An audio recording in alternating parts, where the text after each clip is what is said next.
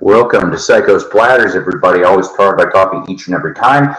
It is another wonderful, future award-winning, spectacular episode of Psycho's Platters. Always powered by coffee each and every time. That is the mighty Psycho promise. So, excuse me. This is going to be a short one today, probably about an hour, because I have some things I have to take care of. Hey, Mick, you're right back on board. See, right back on that first one. That's good. Like I said, this is going to be a short one today, guys. But I like posting stuff, right? So, hey, we've got. How am I keeping? I'm keeping. I'll tell you, I'm keeping. About as best as can be expected. Doctor visits so far doing good. We're good with that. I lost a little weight, teensy weensy, and we're going at it. We're here in the early month of February, of course, 7th of February. Today, 60 years ago, the Beatles landed in JFK Airport to start the crazy history of what would happen in past, present, and future of rock and roll. That's all there is to it. We have got everybody here. That's great. So I know you're probably trying to figure out the title this time. I like doing this. It's kind of fun. So we got it called VCLT, which that's self-explainable. We'll show you that in a little bit here. And ghost stories from the Carnival of Souls. And yeah, so we got a little bits of all kinds of fun. Now let's see. For today's video in tribute, let's see. I cannot remember if I mentioned Mary Weiss last week, of course, from the Shangri-Las. You also have Toby Keith. Now, he died, I think, yesterday or the day before at the age of 62. Stomach cancer. Hi, executive producer. I tried giving you a jingle, but that's okay. Maybe I'll call you later. It's nothing important. Me and the executive producer, we're big wrestling fans, okay? We'll talk about that in a little bit too down the road here. But so the thing is that I thought maybe, just maybe, that we would end up having at least an hour chat, I figured, Saturday will probably be the longer version, the extended cut, if you will. Why Saturday? Because Saturday will be 13 years ago Psycho's Platters was born. It's going to be the 13th anniversary on Saturday. Yeah. So we're going to try to do something. I don't know. I have a little bit of new content to show you guys, but not a lot. Yes. Thank you. Thank you all. Hey, Tyler. How's it going? I'm glad to see everybody here. I got the best audience in the VC. I don't give a shit what anybody says. Boy, oh boy, I've been hearing whispers of trauma going around all over the place. Just because I don't get to watch the shows doesn't mean that I don't have people that tell me little bits of things. Thank you. They're not intentional spies, if you will. They just come like little birdies that tell me, hey, did you know that this happened or this happened? No. You won't have to worry about any anti-Semitic, any drama, political religion bullshit here. I don't play that game. I never have and I never will. We talk about music and sometimes movies and pop culture and all kinds of things. So, we did get some new subscribers again. I'm very pleased with my audience here. Unfortunately, it appears, though, that they mustn't be public channels because it didn't come up in my searchings. So, all right, let's show the VCLT, right? Now, saying this, I half forgot all about this. And for the uninitiated out there, VCLT stands for Vinyl Community Love Train. That's when you go off and without asking, you go and you pass on some fun, some goodies, some new knowledge, whatever, to another channel, another person. And I'm always grateful. I'm trying to think here. I've had maybe three times maybe in the last, the last 3 years of streaming anyway, that I have had any VCLT. I am always grateful for that. I tried to do VCLT once. I did, actually. And the person said the stuff never came. And I'm going, oh, God. I felt real bad. Nothing I could do about it. It's records that I sent. They're probably sitting in some dead letter office between here and Georgia, the state of Georgia. That's right. Okay, so we get my little fun box here. I like the drawings. He put little stamps, and I like his art. He could do art. I can't do shit. I can't do any drawings. I'm not going to show you who it is or the address, okay? Now, I opened up the top just to save for time. And, oh yes, like I said, thank you, Dave. Thank you very much.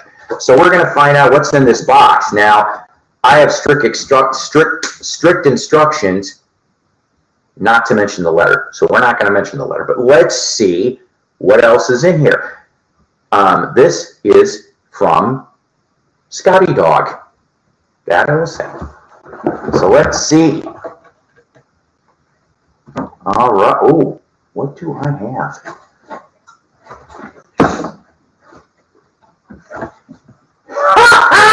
I love it.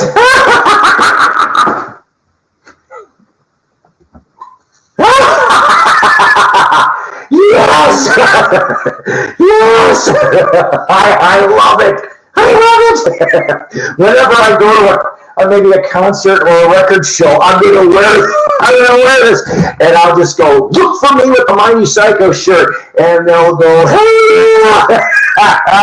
Let's see what else is in here. There's some fun. I got all kinds. Oh, God, no. Did you? Oh, man. Oh, yes. Thank you. I'm telling you. See, I don't have a DVD copy of this. I love it. Oh, my God. And the Blu-ray special edition features. This is the Criterion head. Yes! Oh, my, oh, my. Oh, look, and see, head, a movie, and head, the bonus stuff. Oh, I am doing the happy dance inside. Happy dance. What else? Let's see. What the? They made CD bootlegs? What? This is weird. Hold on a minute. All right. I am just pleased. My God, Scotty, I don't even know how to make up for this. I really don't. Unsurpassed Masters Volume 6 from Yellow Dog Records, which they are a bootleg label. They've been around, I think, at least since the 80s, if I remember correctly. You've got Head Original Motion Picture Soundtrack 68 Stereo Remix. All right, and I love that the color, okay, so you've got, remember we talked about, if you see my Monkeys tag, by the way, that is right, you can't go wrong with head, literally, and figuratively, and literally, that's right, I know, right, I'm beside myself, Scotty, you have outdone yourself, I mean it. I'm not even through with all the box yet. So, like I said, it's got the color. Now, the Japanese issue, the original Japanese issue, and the reissues, of course, are the only country that shows the color photo. All the rest of the countries that released Head show it's not really a black and white photo exactly.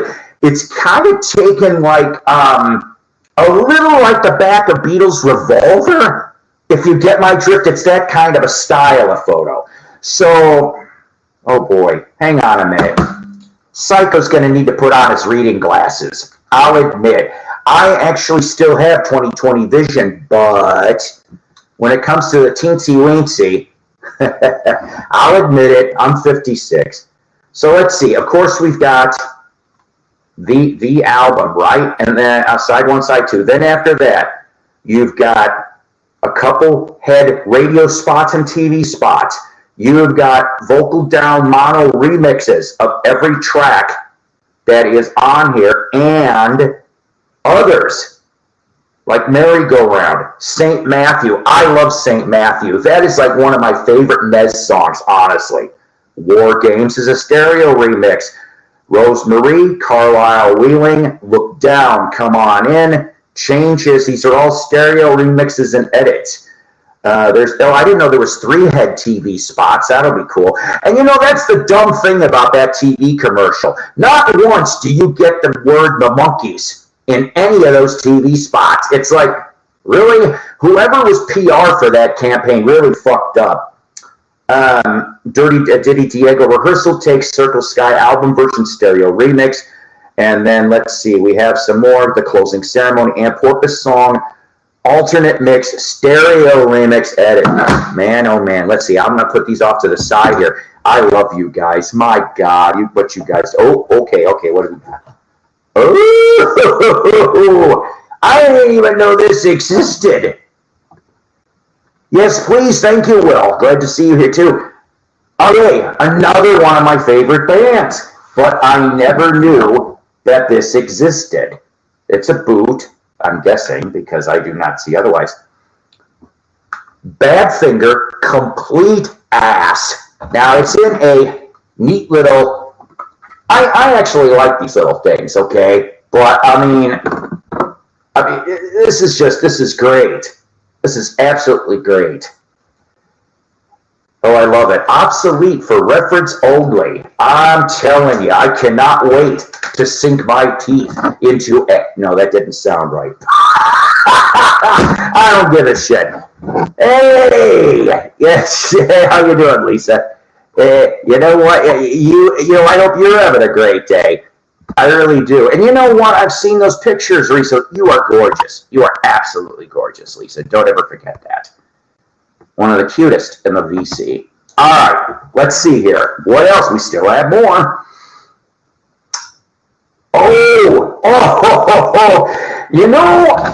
Sky must read my mind, or he guesses very, very good. Southern Culture on the Skids. Now, if you don't know what band that is, that's okay. But I think, truthfully, Tyler, I only have two CD Badfinger bootlegs, but not like this. It's different stuff. Yes, yeah, there you go. She's adorable. Beautiful. All right, Southern Culture on the Skids live at Headliners Ball, 2004. Yes, let's see. Oh man, Willie Nelson's 4th of July Picnic, 1974. This is going to be fun. To all the girls I've loved before.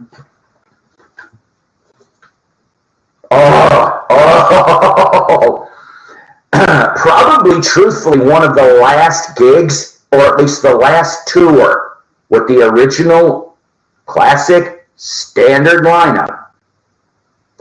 Cheap Trick, South by Southwest 2010, and Leon Russell and Friends.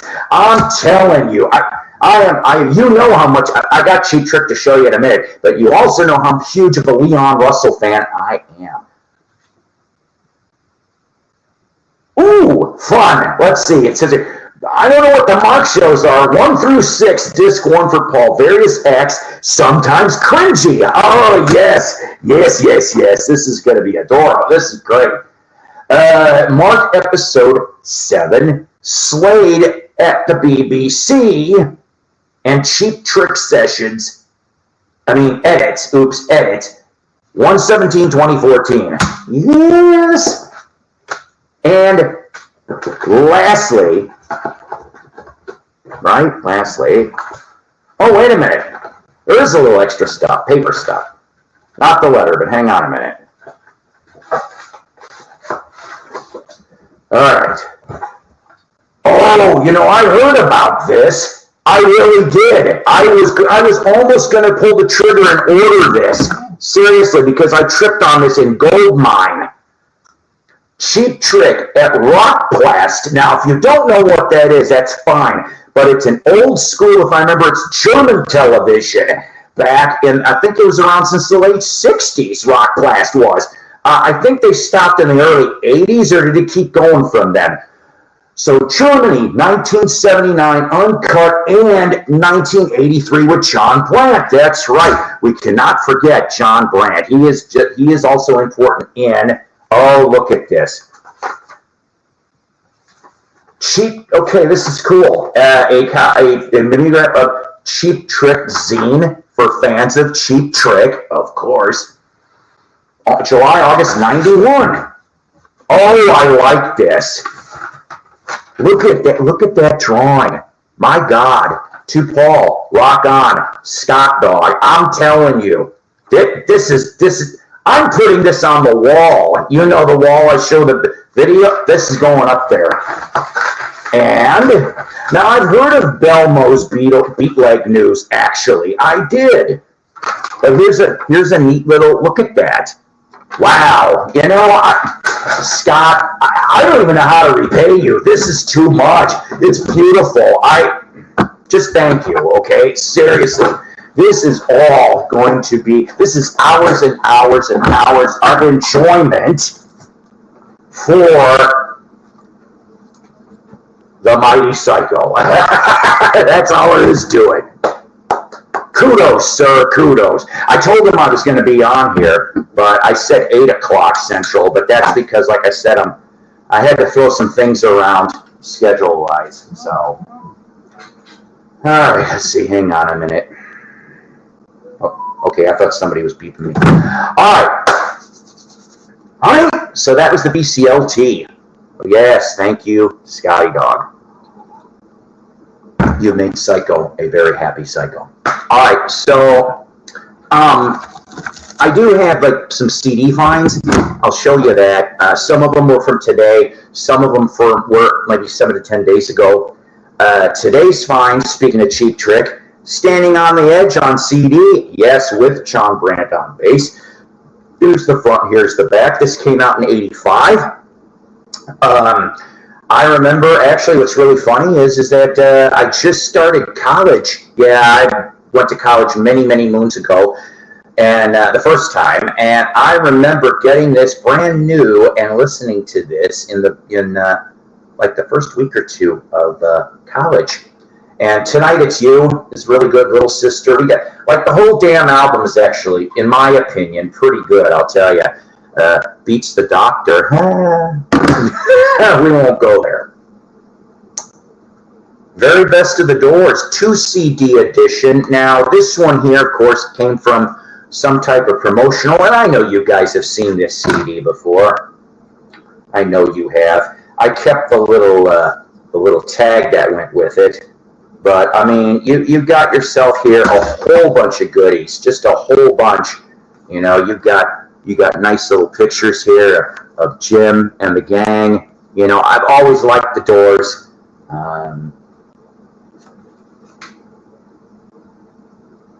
Eventually, the Doors will be in an episode of Jukebox from Hell. That's right, but we won't talk about that right now. But, I mean, it's pretty much your standard stuff, but, I mean, they go from the first album all the way to the latter stuff, when, of course, he's dead by now, and your 70s and 80s material. I think they pretty much have scraped now. Have they scraped pretty much now the bottom of the Doors barrel? I don't think there's anything left. I mean, unless there's like an occasional live to, hey, Ernesto, how are you? Yes, good to see you here. And then this next one, this is actually one of my favorite underrated albums from this classic. You know, this band has been around since 1967, okay? Only down to 2 original members. Blue Oyster Cult, Curse of the Hidden Mirror from 2001. And I'm telling you, if you've never heard this album, go listen to this.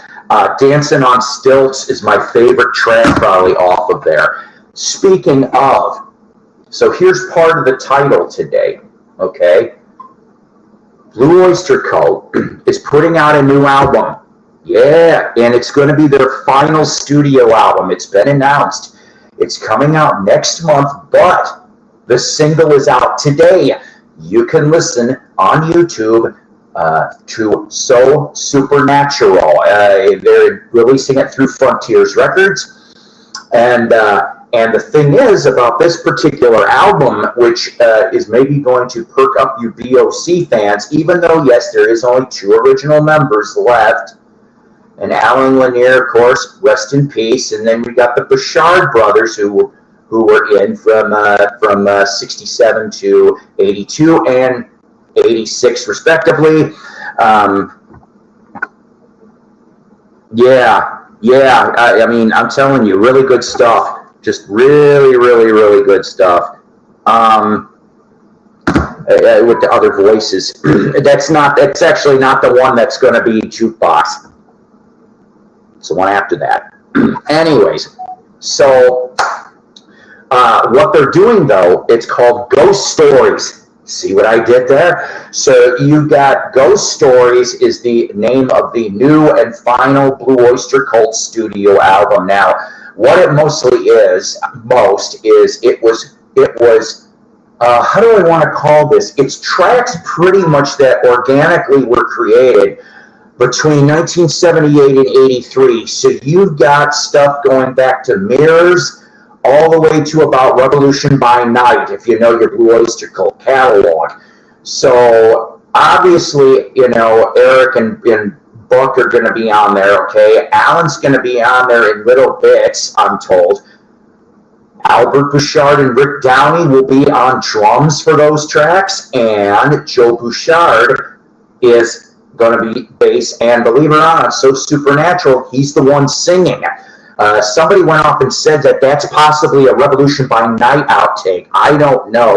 I love Blue Oyster Cult, but I don't know all the minutia of Blue Oyster Cult. But I will be buying that because, like I said, it's all that classic stuff. And yes, some of the current band members did touch up on overdubs, okay? And I think Joe even came back, maybe Albert too, to do some overdubs too. So basically, you know, I think you're going to have on some tracks all the original Blue Oyster Cult, and that's going to be wonderful, I think. Is it coming out? It is coming out on CD. Vinyl, I am not sure about, Ernesto. You may want to go look at the Blue Oyster Cult website and or Frontiers. But yes, it will be put out on CD. But like I said, you can go catch So Supernatural on YouTube. They have an official version and a from Frontiers label, which I guess is an AI-generated video. I don't know anything about that. I just went to Blue Oyster Cult and I went and listened to it, okay? Jeez.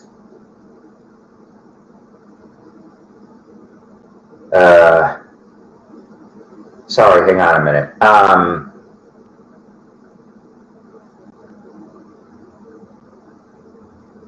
Sorry, don't go nowhere. Okay. So, yeah, so I'm really looking forward to that. There's going to be a few new releases coming out. You got Blue Oyster Cult, you got Ace Frehley with the 10,000 Volts album. I'm probably going to try to pull the trigger and pre-order on that. What do I prefer, vinyl or CD? Well, you know what? That's a very good question, Ernesto. I can't talk today. All right, so here's the thing. In my personal preference, vinyl, but because I'm a poor ass, CD. So, in other words, if, like, let's say, for example, on the Blue Oyster, I'm going to pull the trigger on a CD, all right? If I end up down the line finding it on vinyl at a decent price, you betcha I'll buy it, but it's not crucial, okay? So I guess CD, in this case, over the vinyl, but you know the reasons.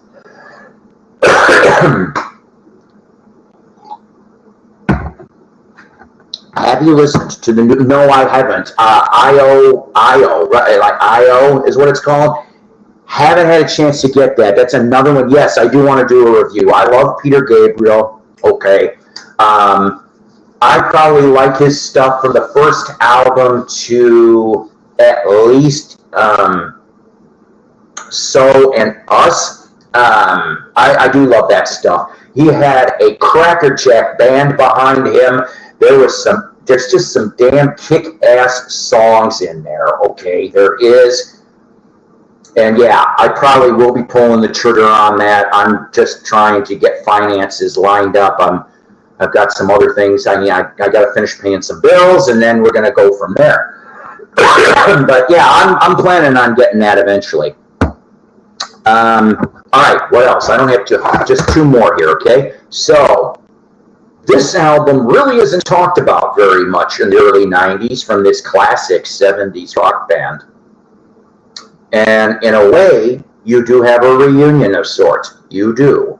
Thank you. I'm probably going to grow it out till I can't stand it no more. But we are talking about Black Sabbath's Dehumanizer. That's right. So, Ronnie James Dio, right? Tony Iommi, Geezer Butler, and Vinny Appice are back. Of course, this is your Mob Rules lineup. Back for one more shot in the early 90s. It's too bad that these guys couldn't stick around longer, but I'm glad they made this. Now, I didn't know this until a few months ago, but originally this was not the lineup. Cozy Powell actually was in the beginning demo stages for this album, but then Cozy got hurt, all right, in an accident of some sort, and he couldn't finish the album. So they call Vinny, and lo and behold, that's how you get your Mob Rules lineup back for Dehumanizer. Yeah, I know, right? I can't believe I've been looking for a copy of this. I know it's on vinyl, okay? They in the reissues that they did, because I held it in my hands. That didn't sound right, but I know where I'm going on it. Yeah, there you go. The newest PC thread. Oh shit, was that a horse fell on him? What, was he trying to recreate Catherine the Great? You history people are going to get that joke. Anyways, that's not funny when you're getting landed on a horse. It's not funny at all falling off of a horse. Look what happened to Christopher Reeve. That's not cool. The horses, we love horses, right? We see them in the cowboy movies and the Civil War movies and some army movies. And what the hell was that movie where all those horses, like, they literally get hurt? Hollywood used to have the tripwires or something. That's how the horses would fall, right? But those horses were legitimately hurt back then in the 40s, 50s, and 60s. I am told what was it, Night of the Lepus? In 72 was the last movie that actually had animal cruelty, at least for many, many years. Oh, he used to run. Well, see, yeah, okay, that's cool. I know. See, that I didn't know Cozy rode horses. I knew Davy Jones did. See, you knew I had to throw a Monkees reference in there eventually. Dances with Wolves. That's it. Yeah. I think one or two animals got hurt on that one unintentionally, though, but still. So, Dehumanizer, and then lastly, an album that, in my opinion, is kind of misunderstood a little bit. All right. Whose fault is it that it's understood a little bit? I'm going to split it to the band. Not the band, but the band in regards to not really staying true to themselves, okay? Because when they put out, the killer record in 92 that they did, I love that album. But by 96, 97, this was already sitting in the can, but bootleggers found it. They somehow got a hold of tapes. That's the only reason why. Kiss's Carnival of Souls, the final sessions. Look, still sealed, and the hype sticker too. Yes. I think I showed a few episodes ago, same place, Psycho Circus. I have still what the thing, it's got the instructions for you to put the CD in the computer. Do you remember that, Kiss fans?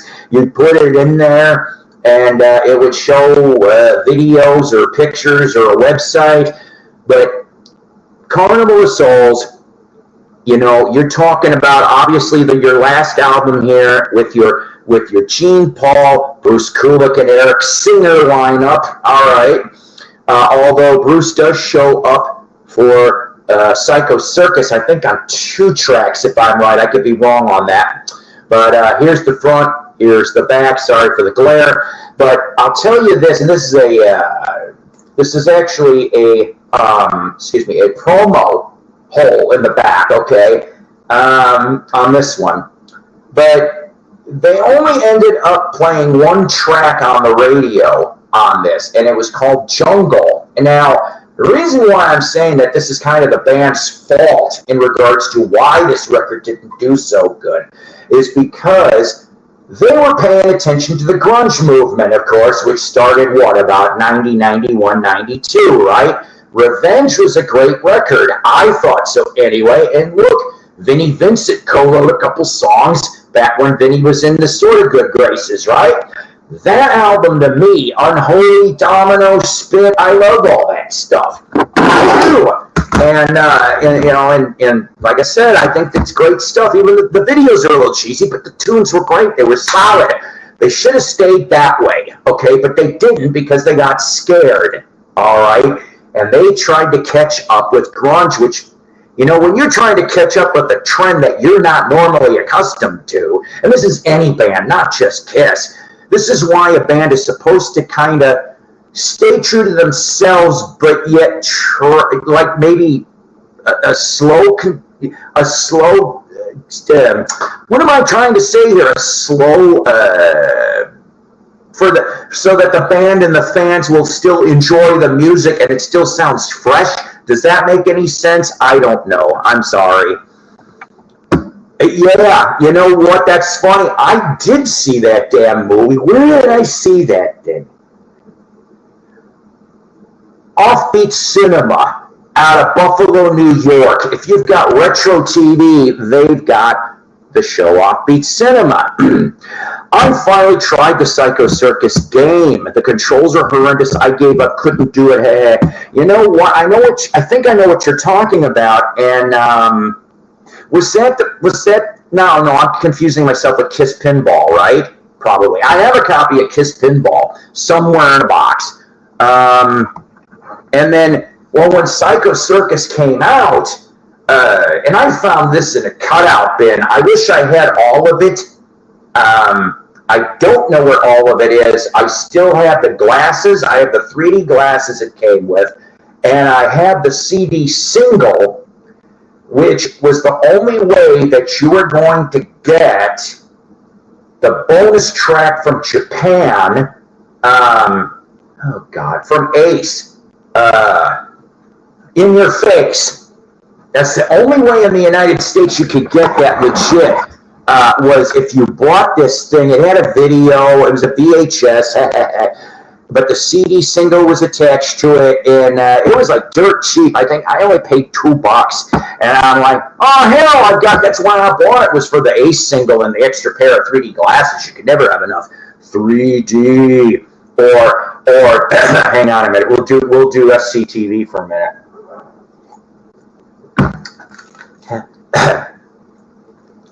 What you got there, Dr. Tongue?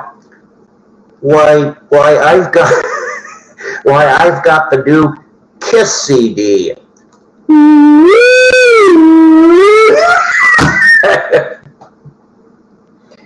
I'm horrible. I'm just horrible.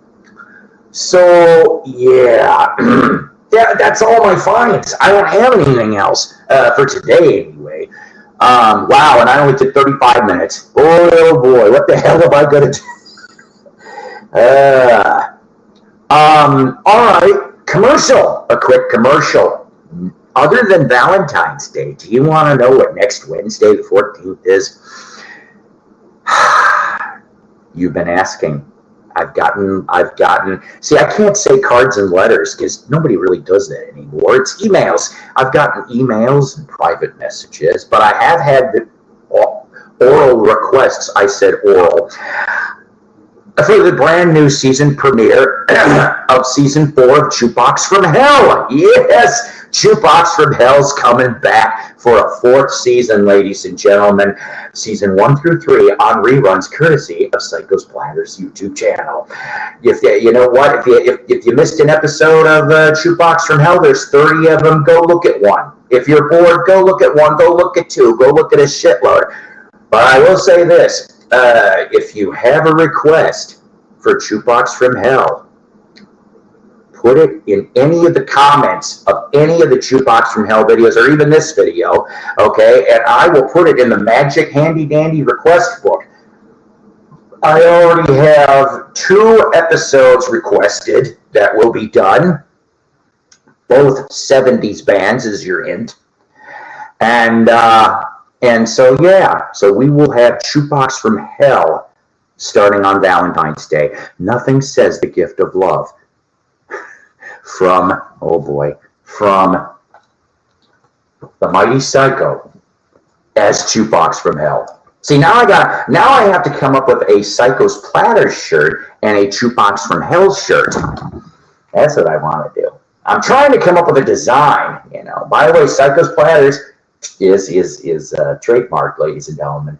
Don't touch it. That's all there is to it. And Jukebox from Hell is being investigated into trademark territory. Yeah. So, anywho, I don't know. God, I feel stupid. I don't really have anything else. Do you guys have any questions? That, you know, what is it? Carol Burnett used to go and we'll turn up the lights and go to the floor here. If anybody's got any questions that I could answer, you just ask the Mighty Psycho here for the next few minutes. I'm trying to see if I can come up with anything else to talk about. Let's see. I'm still trying to work on the Kiss vinyl tag. Yeah, I know that got put out, about 2 weeks ago? But I'm working on the Kiss vinyl tag right now. You know what? Go to DJ Vertigo's channel, okay? Scott's a good guy. I would do his soul vinyl tag. I took a look at all the questions, but here's the thing. Out of all honesty, Scott, you got some really good questions in there, but truthfully, I probably could only answer 5 or 6. Seriously, I don't have a lot of soul records in the collection. I've got more soul 45s than I really do albums. Some of it being Northern Soul and some of it being just straight up Motown / Stax, which I love Motown and Stax. One of the albums I'm still looking for is Ruby Jones from 1971, although that was on Curdom. Curdom was sort of kind of attached to Stax. I don't know if it was a distribution network or whatever. Vinyl tags, does anyone ever follow through? You know, and you know, that's a very good question. Okay, Tyler, I see your question. I'll get to that in a second too. I did for, you know, well, obviously I threw the Monkeys tag out there. I created the Monkeys tag. Currently I only have 2 videos in the playlist. I've got Me, Mr. Mayo, and Rachel's Ghost. That's who I've got for playlists for the Monkey vinyl tag. There's several other people that have talked about doing it. I hope they do. If they do, they do. If they don't, they don't. It's not like the earth's going to end. You know, if nobody does a vinyl tag, I ain't going to worry about that. It's just up there for fun. Now, as far as for any of these other vinyl tags, yeah, I like doing them because it makes me think. And I go through the collection and go from there. Now,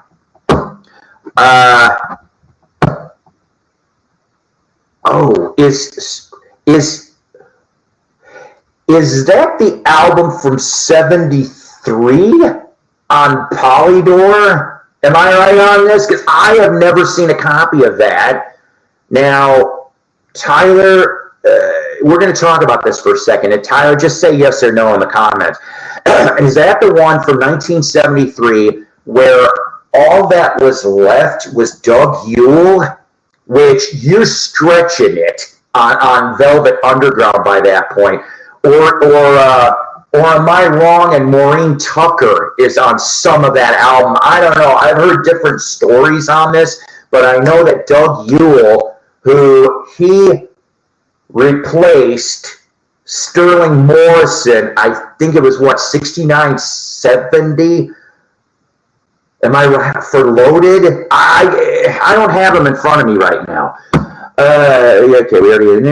I think it's because, you know what, and maybe there is. Okay, am I part of the problem? Yeah, I guess I am. I just tried to be a little interesting and creative, but you know, at least there's the element, the freedom of choice, the element of choice. You know, whether anybody wants to do it or not. Oh, I didn't know Ian Pace was on drums on that album. Yeah, without Lou, yeah. Doug replaced John Cale, okay, after White Heat. Yeah, I don't have, well, I take that back. I had Loaded on vinyl, but I ended up selling that. I had an original cotillion on that, but I don't have any vinyl Velvet. I've got, oh boy. I know I've got the Velvet Underground Nico because I showed that an episode or two ago for 50 cents that I grabbed that thing for. And then I think I've got a greatest hits or whatever the hell, some kind of comp. Hey John, how you doing? How you doing? But yeah, Doug Yule, oh boy. You know, that would be almost kind of a half interesting YouTube video, wouldn't it? Where you got classic names and you either don't even have an original member. You got a member that was in one of those records, but who the hell knows? And then another one that comes to my mind is Spirit, okay? So I still don't know the whole story, but you're talking 1973, 74. So Randy California, Captain Copter and the Whirlybirds, excellent album if you guys haven't seen that or picked it up on Epic Records in 1972. If I remember correctly, I think Noel Redding actually also guests on it too. So, and Ed Cassidy from Spirit. But there was an album called, it was from a twin, not a twin brother, two brothers out of Texas by the name of Staley. Hope I'm pronouncing that right. And they, for a little while, took over the Spirit name. Now, I thought I heard that it's either Ed Cassidy or John Locke might have been on some of that album, but who knows? But for a year and a half, they had the Spirit name, and you know, if you're sitting there and you're like, hey, Spirit's here, and what the fuck? Oh yeah, okay, hold on a minute. Well, yeah, give me hold the thought, guys. Tyler, I get where you're going on this, but we're kind of going a little different here on this.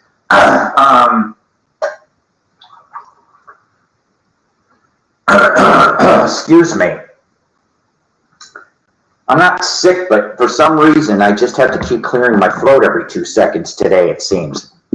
All right, so like the Grassroots, okay? What he means, of course, is that after Rob Grill died, basically, it's a tribute band. Don't go see the Grassroots. I mean, either don't go see the Grassroots, okay, because there's no original members, no recorded members, nothing.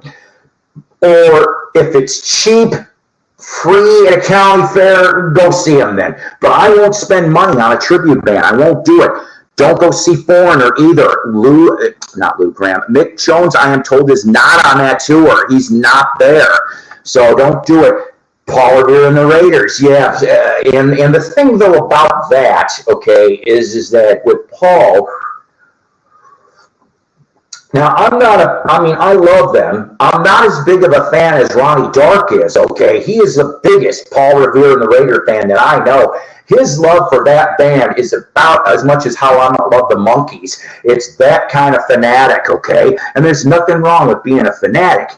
So with Paul Revere, when he died, and geez, wasn't it like 2014, 2015? He's been gone for a while. I at least got to see Paul Revere play once, but the Raiders that he had anyway, okay, which, you know, I mean, let's face it, the last tales, you know, the endings of this. So Mark Lindsay leaves in January 75. Keith Allison leaves in April of 75, okay? Omar Martinez, which was the drummer at the time, becomes one of the voices for the Raiders. I happen to have a very goofy album, maybe I'll show it sometime down the line, from 1976 from 20th Century Records, and they got a one side of a single because the album is about America. It is about the history of America, not the band America. You know, not Jerry Beckley, Dan Peake, and everyone else. So, not that one. But the thing is that up until, oh geez, I don't know, when they finally disbanded the Raiders, okay, I think that, or did they call them Paul Revere's Raiders or something like that? You had technically a guy that was on a couple of the 45s from 73 on, and I think they're even, one from 73 on, and then there was another one from 75 on. So one was on some of the Columbia single stuff, and then you got I mean, you're splitting hairs when it comes to that, right? Love is another one. You're right. Weird. There was a fake love going around after Arthur Lee was in jail, and it was kind of confusing. There was a fake love. Then what was it? Oh God, was it Brian McLean before he died? He had a version of Love, I think. And now, of course, that they're dead, him and Arthur, Johnny Eccles is your person left, right? I think the album's pretty good.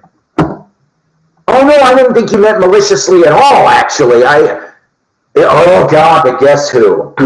Yeah. That's another one. But you see, the thing with that one is, Burton and Randy are in court right now. I want to see where this court case, I want to see the ending of it. Is Burton and Randy going to get it? Or I am told, unless I'm wrong, originally they said Jim Cale is the one that registered the copyright and the trademark for that band. But I am also hearing, and maybe this is part of a deal, I don't know, that I thought that allegedly Gary Peterson, of course, who's the only one that's, you know, still there, but I'm told he's not at all the shows either now. So you guys got to be careful if you think you're going to go see the Guess Who. I get, you know, the thing I don't like is when they play the old music clips on the radio. That's deceptive. I'm sorry. I understand that if you're trying to put in the people's mind, like, who's the Guess Who? And then you hear those songs. Okay, I get it, but it's like, in a way, it's deceptive. It really is. I know people have accused me of splitting hairs on this shit too, but I'm sorry. I want authenticity. You know, if you're not going to have the real people, call it a tribute band so we know what the hell you are. And it'll be our choice whether or not we want to go or not. Obviously, there's going to be a lot of bands that no one's alive. And, you know, or like, okay, for example, sure, Paul and Ringo are still alive, right? But the Beatles are never going to get back together. Go see a Beatle tribute band. I have. Some of them are pretty damn fun. Yeah, the Grassroots and the current Raiders are more legit. They carry on after Paul and Rob died. That's fair. Yeah, that was, I guess, I don't know if it was willed to him or it was suggested. Another one that got put into that was Dennis Yost and the Classics 4. When Dennis died, that's how you get the Classics 4, which they're based out of Effingham, Illinois. Go figure. Yeah, see, I love their stuff. I do. Yeah, fall. Yeah, I know. We're not gonna go there. We had conversations about that. But you know, so I guess just choose wisely. Okay, thank God we have the internet. Okay, now, you know, back in the 60s, 70s, 80s, 90s, you know, early O's, we really didn't have the internet to do research on. So, I mean, people went to fake box tops console. We talked about that last week. Fake Bill Haley comic shows. Ooh. Fake platters. Okay. Stuff like that. Or platters, drifters, coasters, because they all were owned by Buck Ram for a while, till Buck died. I heard the copyrights are somewhere else now. Yeah, oh yeah, you know, and that's the thing though, right? I mean, let's face it, we can go back to Chad Allen and the Expressions from the mid-'60s, and Chad Allen was technically a founding member of the Guess Who. He's on those first two Guess Who records. Yeah. I mean, I know John Cowsill got released. Is Bruce Johnson still there? Is Bruce Johnston still there? Because I thought I heard something. Sorry, Mason. Yeah. Yeah. The only chance I had to get to see the Guess Who was it was a low-priced concert actually at the county fair. It was Guess Who, Mitch Ryder, and I want to say Rare Earth, but I could be wrong on that. It was like 3 bands. The most extreme example is the Miller Orchestra. Yeah, boy. Yeah. The Glenn Miller Orchestra. Now we're being silly. That's what we're being. But that's okay because I like silliness. Beach Boys were in town a couple months ago, and it was Mike Love and nobody. Oh, God. So even Bruce isn't there, huh? Shit. You know who kind of got screwed out of that whole thing? David Marks.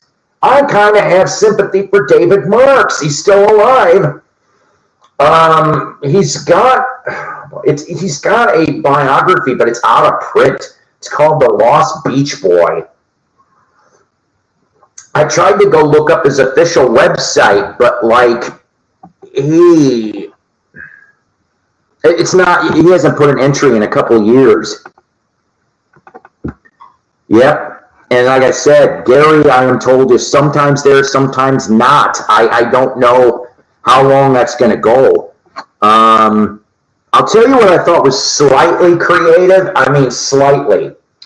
The last album before this one, the one when they had Rudy Sarzo on bass, I'm going, when he joined the Guess Who, I'm like, wait a damn minute. I'm like, Rudy? I'm like, I never would have thought Rudy would have gone to the Guess Who, okay? I thought he would be in Quiet Riot forever, which of course he's in Quiet Riot, but you know, I thought he'd always be there in that angle, okay? But yeah, he was the bassist for the Guess Who, and he's on the that last album before this one. I think he tours with Brian. He was on the 2012.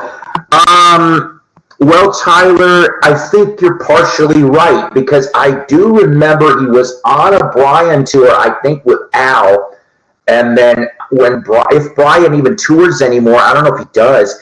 The last ones I remember were Al and Blondie Chapin in that one. And by the way, if I remember correctly, today is the, I hope I'm going to get this right, 26 years ago, Carl Wilson died.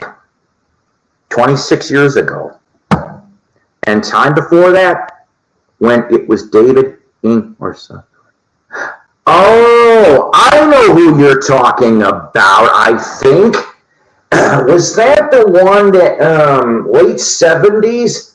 I had that album. Oh, God. It was on a small-ass label. I found that thing at a Goodwill. I don't have it right away to go pull it up and look.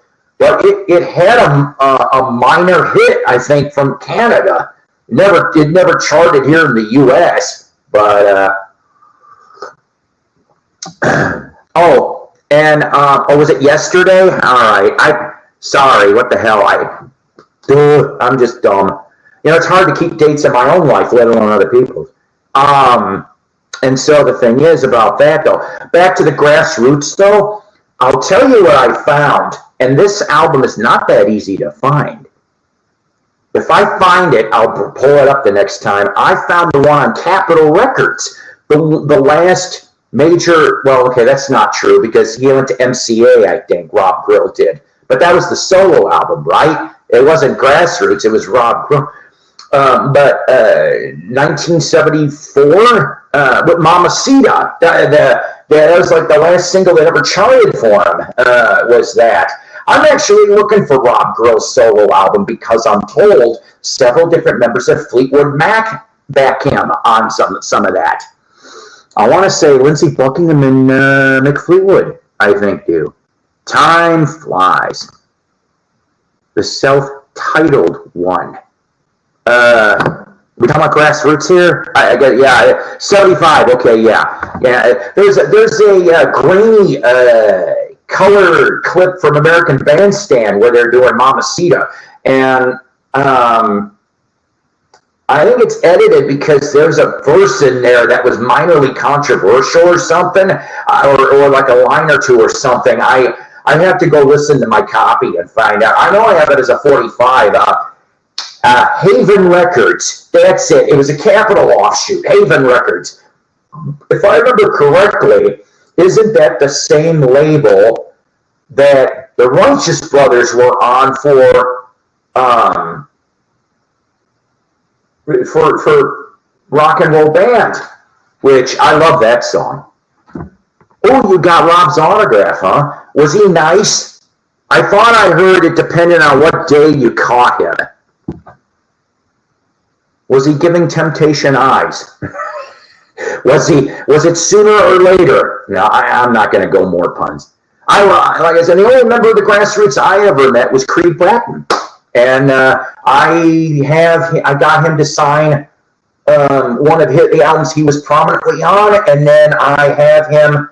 It's kind of funny. He put his full autograph right on the one he's on, and he only put Creed on the greatest hits that he's only on a couple tracks. He just wrote Creed. That was it. I'm like, all right.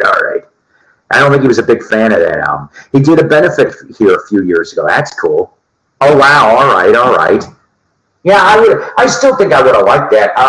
What was it? I tripped on a CD.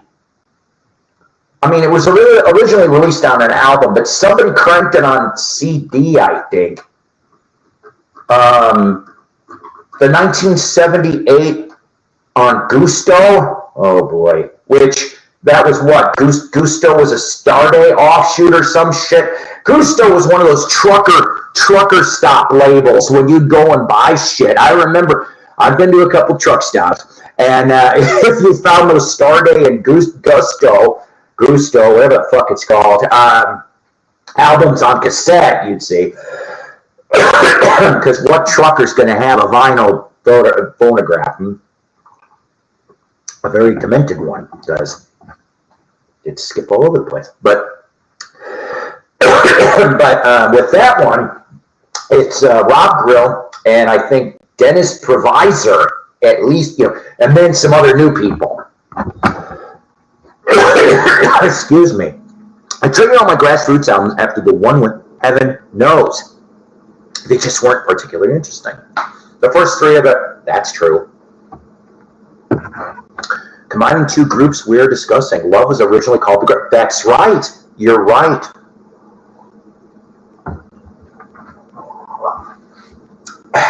Creed was talking about, when I saw him, that he was not the original bassist of the grassroots.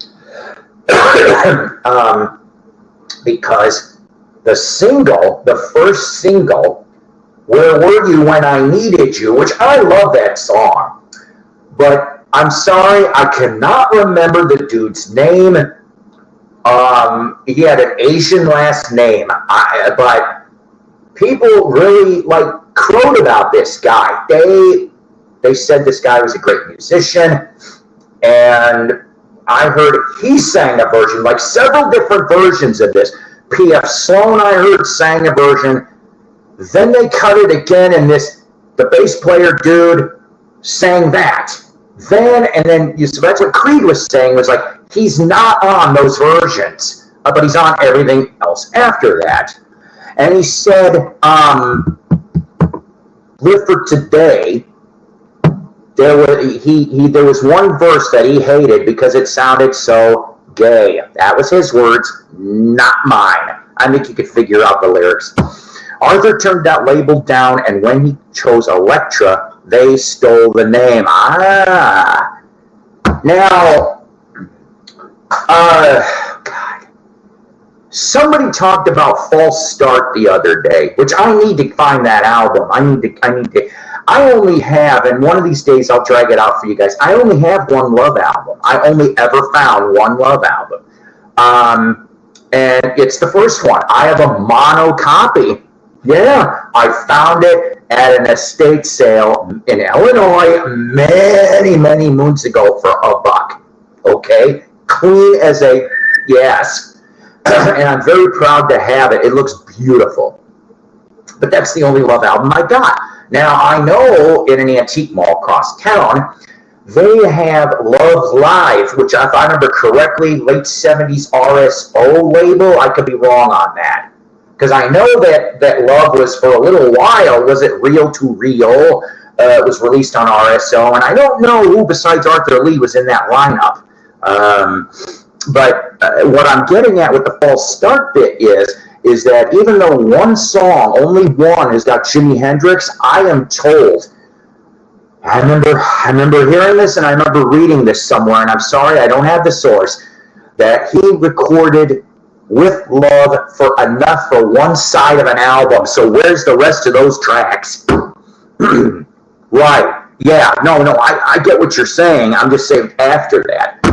Right. And in Everlasting First, if I remember correctly, was the track. Right. And if I also remember correctly, I could be wrong on this too, weren't they both together on a single in the 60s for, I hope I'm going to get this right, Rosalie? I don't know. I am not the Hendrix expert. Okay. Maybe that was it. I'd have to, they wanted like 10 or 12 bucks for the thing, and I'm just like, yeah, there's a boot of that. Oh, okay. Oh, they do Easy Rider. All right. My Diary. Thank you. Rosalie Brooks. Okay, so I was half right. I have, as far as for Hendrix stuff is concerned, I found it in Rockford, Illinois at Culture Shock Records. I got it in a trade because I sold a box of albums, and I'm like, hey, can I pull a couple 45s out of your cheap box? As part of it. Sure. So I got like 3 or 4 45s. One of them was from 1964, Little Richard on VJ. Oh, God. It was a part 1, part 2 single. I cannot remember the title right now. But on that 45, not only do you have Little Richard, not only do you have Jimi Hendrix, but you also have Billy Preston. That's right. You have all 3 of these guys on one single.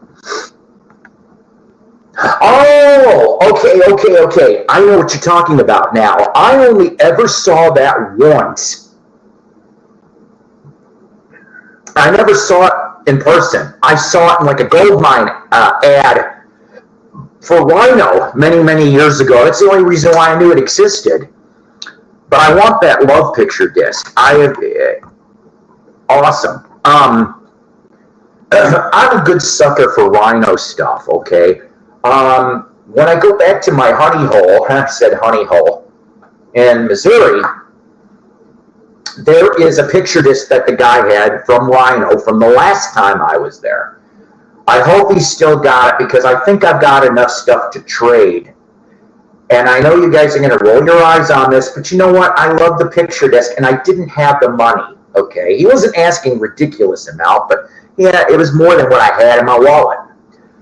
Three Stooges. It was a really cool Three Stooges picture disc, and what it is, of course, is Moe, Larry, Curly, Joe, okay? But I don't care. I think it was neat. The two photographs were nice. I want the damn thing. The only picture discs Rhino I have is Monkey Business, which I need to find out which one I've got. I think I got the 86 remix. I need to find an 82, an original 82, because in 86 it's different than the 82, okay? Special mix of Star Collectors, one of the things, or something else. And then I got Yardbird's Afternoon Tea, which pretty much was an interview with Chris Dredja. I hope I'm pronouncing that right. For in the early 80s. When the Yardbirds were getting to be reactivated again after the Box of Frogs. That's the only two I've got. I like that Turtles 1968 picture disc. Excuse me. Speaking of, I need to talk to Charles Rosenay. I'll probably message him in the next week or two. New Turtles book, by the way, co-written by him. I want to get that book. I love the Turtles. But other than that, Turtles 1968 and the Rhino shell shots, or, you know, it looks like a turtle. Oh, it's like an EP, and it looks like a turtle, green vinyl and everything. It's beautiful. I want to find that thing. Arthur and Jimmy were going to start a band, and I think they were going to call it Band Aid. I think you're right on that, too. And Arthur had a credit or note or something on the back of. Yeah, you know, I know about Vindicator. I've never heard anything off of it. When was that? Like, when did Vindicator come out? Early 70s? Mid 70s? I don't know. But, I mean, Hendrix was all over the place. I kept hearing very strange stories. But you're right. Arthur Lee, he was talking with Arthur Lee. Now, I don't know if this part's an urban legend or not, but supposedly he did have contact with Emerson, Lake and Palmer, and as a joke, they wanted to cut one album called Help, Hendrix, Emerson, Lake and Palmer, which I think that would have been crazy, right? If that's true, that would have been crazy. And then he talked to Miles Davis, and he wanted to do an album with Miles Davis. Could you imagine if he would have lived long enough to do those projects? I think it would have blown a lot of people's minds. Hendrix didn't want to get stuck in the machinery. He did not want to get stuck in the Purple Haze, Hey Joe, all along the Watchtower model. He wanted to stretch out. Look what he tried, Gypsy Suns and Rainbows. He tried to do it with Cry of Love. He tried to expand, and that dumbass manager, I'm telling you, I understand why him and Chaz, I guess, had the falling out, but he wanted to go back to Chaz. There's supposedly written evidence about that, and Chaz has said so himself, that Hendrix went back to him and basically said, I'm sorry. I'm sorry for what happened. Let's go back. And I really wish that would have happened. 72, thank you. Meatball Fulton, you got me on that. I have no clue about that. Yeah, I would love to find. I know there's a couple Beatles interview picture discs, and there is 2 quasi-bootleg Monkees picture discs, too. I think they were called Tales of the Monkees. It was interview stuff.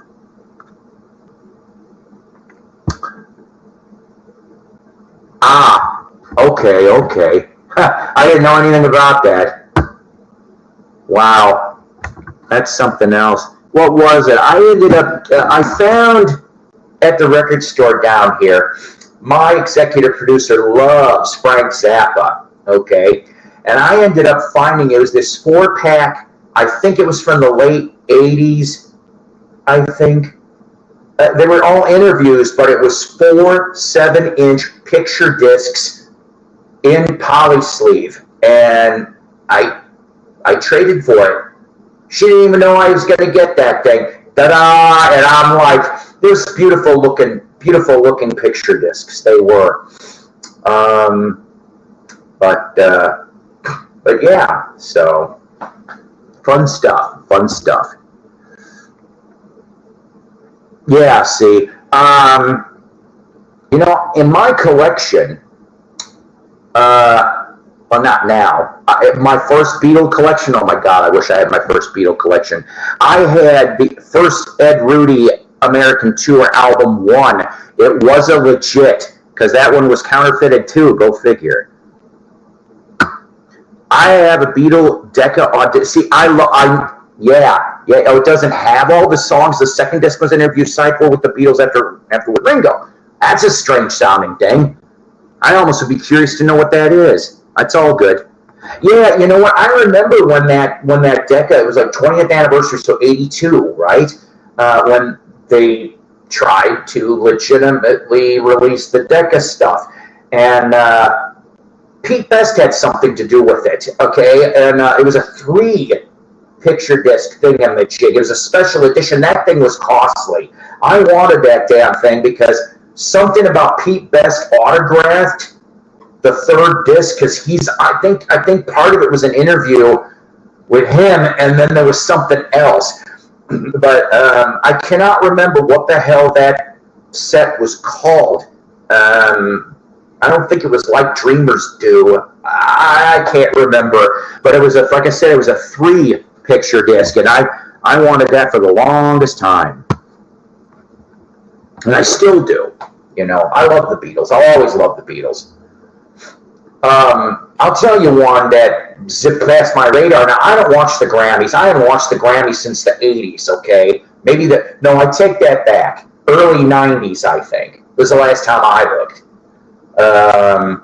And like the mid-90s was the last time I watched the MTV Music Awards, the Video Music Awards. I still remember the look on Tupac's face when Kiss were behind him. That was funny. That's it. Yeah, Silver Beatles. But I need to end up finding that thing. I want to get that. And, you know, I mean, on YouTube, the Decca audition's there. Okay, I understand that. But I want it on physical media. That's what I want. I wish they would clean up that stuff. I mean, it's 62 years old now. How close are we to public domain for that stuff? I mean, I don't know. I have never watched an award show in my life. Well, you know what? I was younger. I probably had a beer or two and just was watching the thing.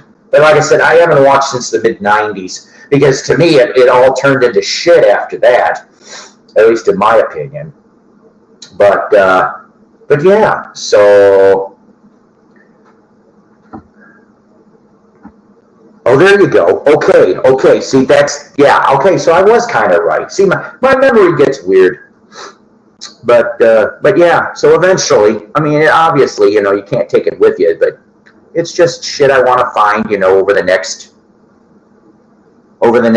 maybe couple of years, you know, so. I am going to wrap this up, guys, because I'm going to have myself some supper. I need to make a phone call. I got to do some computer work before I go to bed. Yeah, that's the one I want to try to get. That's what I heard. I guess Joni Mitchell showed up. I'm not a big Joni Mitchell fan, but oh yeah. So the thing that threw me for a loop was I did not know that they did a interesting music video for the Beatles' "I'm Only Sleeping." I'm going to have to look at this video because I did not know it existed until they mentioned it from Grammy News. I'm like, what? I said, how did I not catch this? So, and I love that song, so I'm kind of curious what they did with it. So, you know, that's what we know. Okay.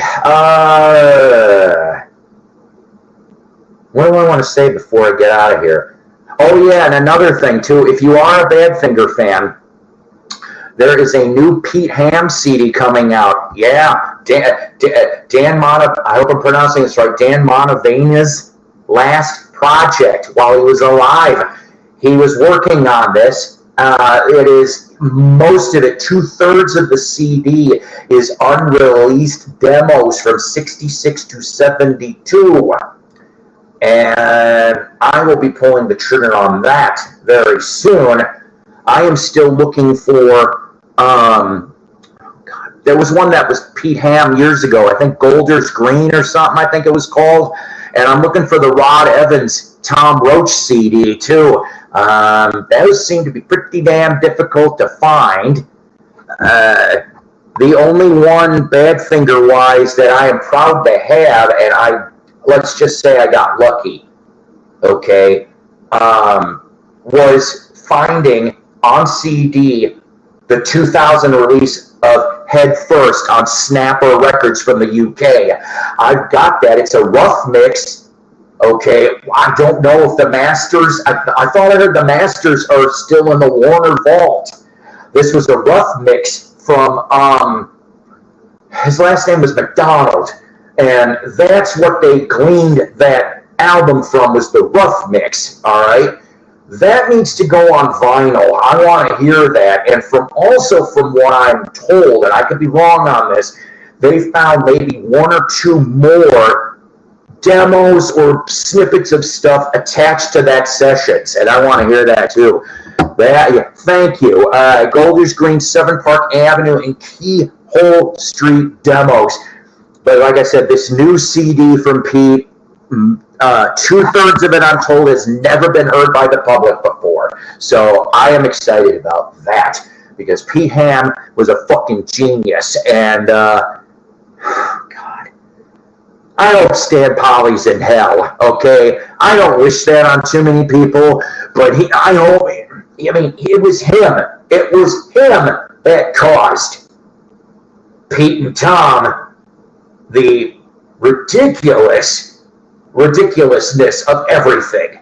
Okay, I mean, he's not the only scummy manager, but come on, I mean, yeah. See, I'd love to see that. I don't know who could run with that, if it's even legally viable. Because I mean, I know rights and this and that and everything, but I would love to see that. I think as far as for Badfinger stuff is concerned, the only thing I don't have, I had it at one point. It was on Rika Disc. It was Day After Day Live, which was Live 74 from Cleveland. And there's a weird story about that, Joey Milland, and some people supposedly, I can't remember if it was Mike Gibbons or the estates of Pete and Tom, or like what the hell's going on, because Joey might have altered the tapes a little. I don't know how true that is. Yeah, I get it all the time too there, Dave. It's got Dubjock, God. Yeah, see, I haven't had that. Actually, come to think of it, I don't know if I ever had it on CD. I might have had it on cassette, not CD. I'm looking for that still. And then, here's one for you. So, I ended up, courtesy of Ray Paul. Ray Paul is a really cool dude, okay? I had a nice Facebook conversation, messenger conversation with him once or twice. Ray Paul is a really cool dude. He ran Permanent Records. I hope I'm pronouncing that right. And I was able to get, because he had found some in the basement, seriously, still sealed copies of the Airwaves reissue from '79 with the bonus tracks. And I was so on that faster than anything. And I was just like, I'm glad I got that on CD. Eventually, I would love to, I don't know, talk with Joey or Joe Tanzin or Kenny Hark. Kenny Hark from Off-Broadway, actually. He'd go to Off-Broadway after doing that Badfinger record, or maybe he was doing both at the time. I don't know.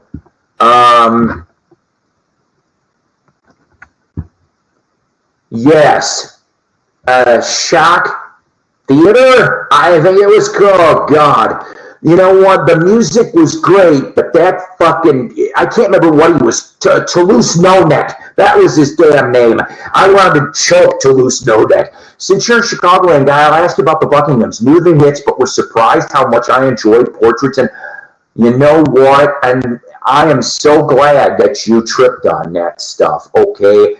I would say between the two, portraits is probably a little more edge of the favorite of mine over those, but they're both great albums. Yeah, Reed Kaling. Reed Kaling was in that band, if I remember correctly, formerly of the Hardy Boys, and he actually was, I hope I'm going to get this right, he was on a Grassroots album. He was on Farther Along from 72. Yeah, and Donnie Dacus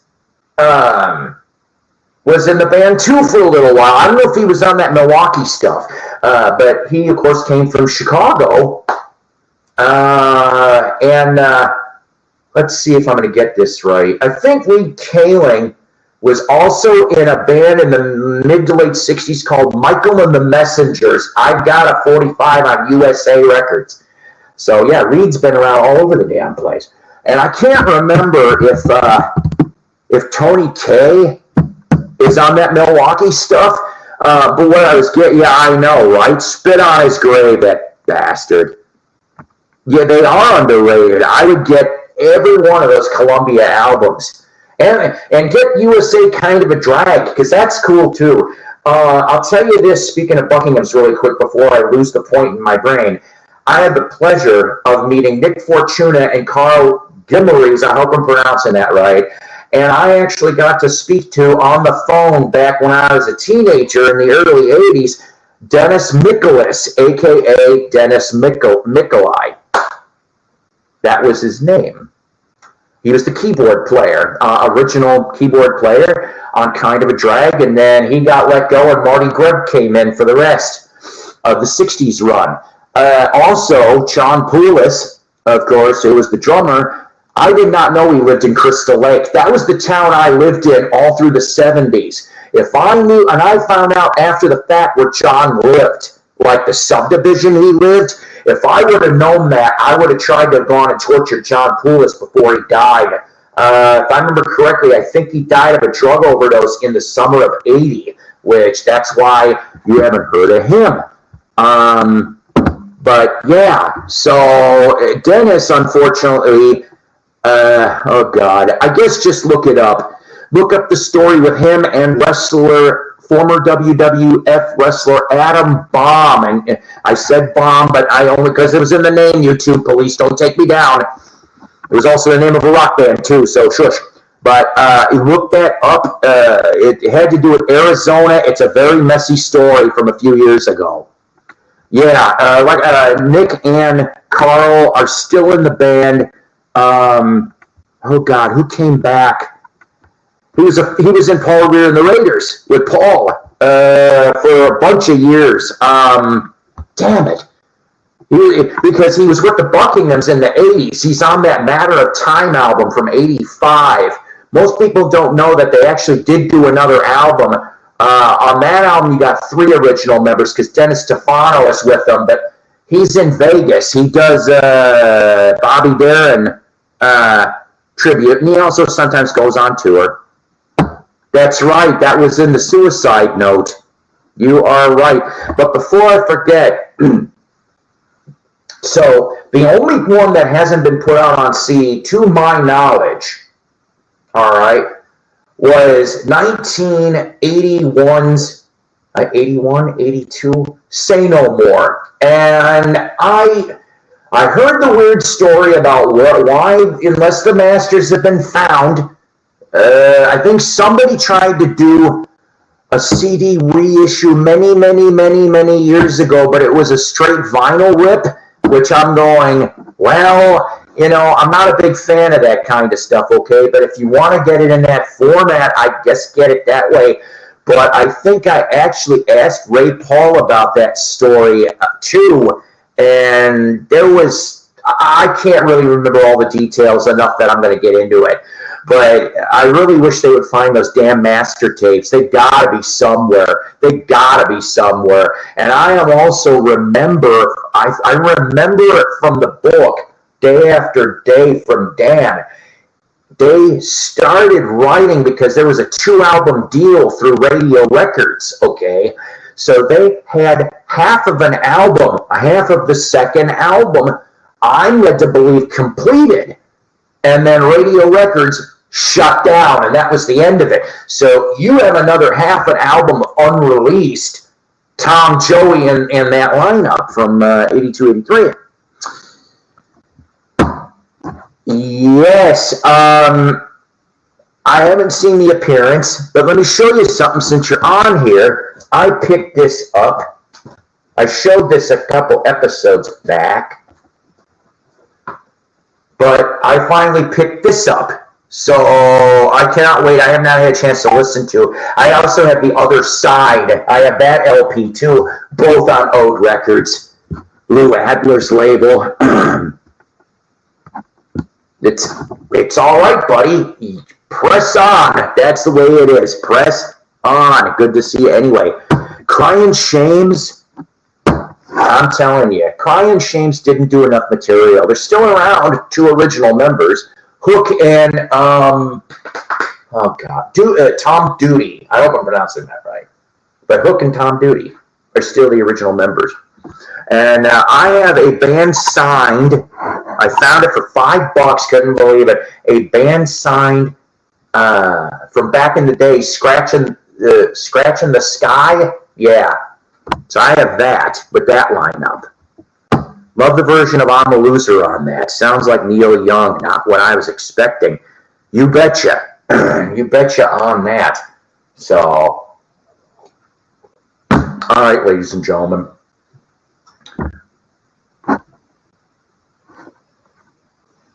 Oh, good. I haven't had a chance to hear that yet, so I cannot wait to hear this. I know Carole King is on 2 tracks on there too. Oh, all right. So you know what? I love you guys. I know there wasn't a lot of you people on. I appreciate my peanut gallery. I think I had up to like 8 or 9 people today. You know, last week was amazing. I must have hit the right time. I had 25 people watching this thing at one point. That was a new record. All right, for people watching at the same time. I'm not like some of these other bigger channels, but I have more heart, I think. At least I try to. You know what? And thank you so very much. I want everybody to take care of themselves. Next Wednesday, of course, Valentine's Day. I probably will do a short special show Saturday due to, like I said, 13th anniversary of Psycho Splatters on Saturday. I don't know when yet. It could be like late afternoon, early evening. It depends on that. Also, let's not forget, new Jukebox from Hell will premiere on Valentine's Day. I will drop it either Tuesday night or Wednesday morning, and we will start a new season of that. I love doing these Jukebox from Hells. Also, ladies and gentlemen, if you want to get a hold of me privately, you can either go to small case, all small case, PSYKO_DJ@yahoo.com. If you can't remember that, it's under my channel introduction on YouTube here, or you can go to Psycho Splatters on Facebook.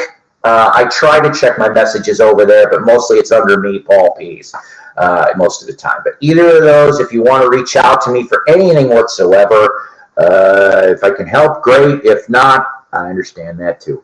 So have a great rest of the week. Have a kick-ass weekend. Take care. God bless. Rock on. And always remember, ladies and gentlemen, always remember, always powered by coffee each and every time. Once again, Scotty Dog, thank you for the beautiful VCLT you sent. You amazed me. You blew my mind.